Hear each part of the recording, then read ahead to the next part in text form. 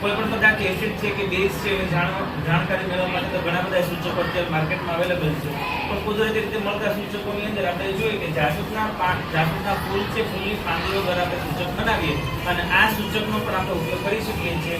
Acid છે કે base છે કે ક્ષાર છે એનું પરીક્ષણ કરીએ. તો ચાલો આપણે જોઈએ મિત્રો કે આપણી પાસે લીધેલા પદાર્થો છે એસિડ છે કે બેઝ.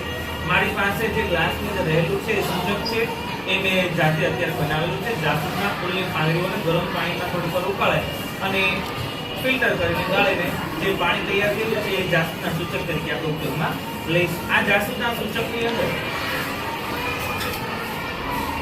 આ ચમચીમાં રહેલો જે થોડો એવો ભૂકો છે એ બેઝનો છે કે એસિડનો આપણે ચેક કરીએ. અત્યારે હું કહી દઉં કે સાબુનો એક દ્રાવણ લીધું એનો થોડો ભૂકો છે, એ દ્રાવણ અથવા તો એનો ભૂકો, સાબુનો ભૂકો જ્યારે આપણા બનાવેલા સૂચકમાં એડ કરવામાં આવે ત્યારે જોઈ શકીએ કે કેવો કલર બતાવે.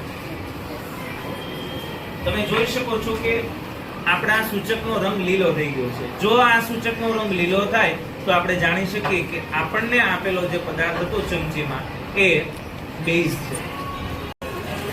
આપણે જાણીએ છીએ મિત્રો કે બેઝ વિશેની જાણકારી લીધા પછી મારી પાસે રહેલો હજુ એક બીજો પદાર્થ જોઈએ એસિડ છે કે બેઝ છે એનું પરીક્ષણ કરવા માટે ચમચીમાં રહેલો જે લીંબુનો રસ છે પાણી સાથે ભેળવેલો એ રસને હું શું કરું છું આપણા સૂચકની અંદર ભેળવું છું. જોઈએ કે એનો કલર કેવો થાય છે.